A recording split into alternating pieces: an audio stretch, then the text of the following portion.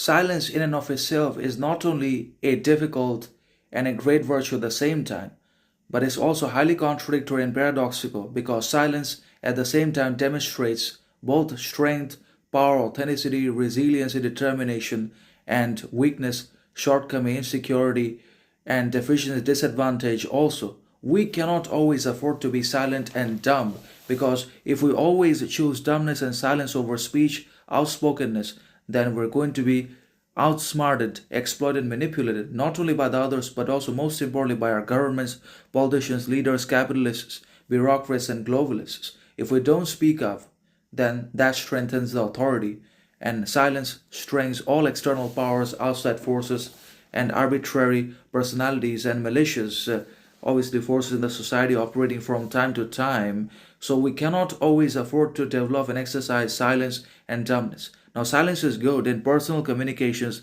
relationships, and in a small circle. Silence and dumbness is helpful to hide our knowledge, wisdom, intelligence, character, or to avoid or prevent misunderstanding, judgment, criticism, opposition, hostility from and of the others, from the majorities who are unconscious, ignorant, arrogant, envious, dangerous, and relentless, anyways, in their pursuit or determination for wealth, riches, success, conformity, pleasure, lust into their lives in one way or another.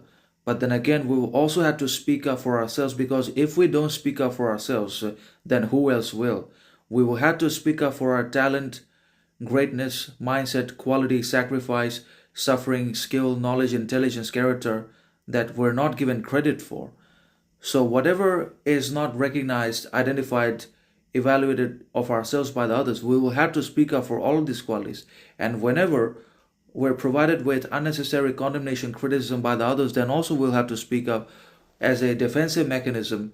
And we will also have to learn to be silent depending upon situation for the avoidance of criticism, judgment, opposition, hostility from the others. So, depending upon situation and circumstance and condition wherein or we're encountered with or we're struggling with, silence either is going to be good or bad. Silence has to be implied or it has to be reverted, prevented.